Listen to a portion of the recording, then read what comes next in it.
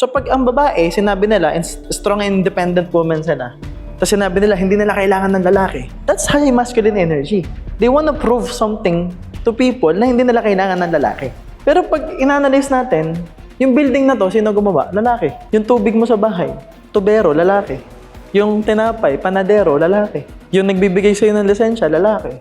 MMDA, mga lalaki most of the time. Police, lalaki. The structures sa buong mundo is created by hard-working men. I'm not saying they are more valuable, but the men deserve the credit.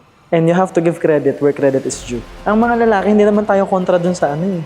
To be honest like, astig nga, di ba? Astig nga yung kaya nila sarili na, astig.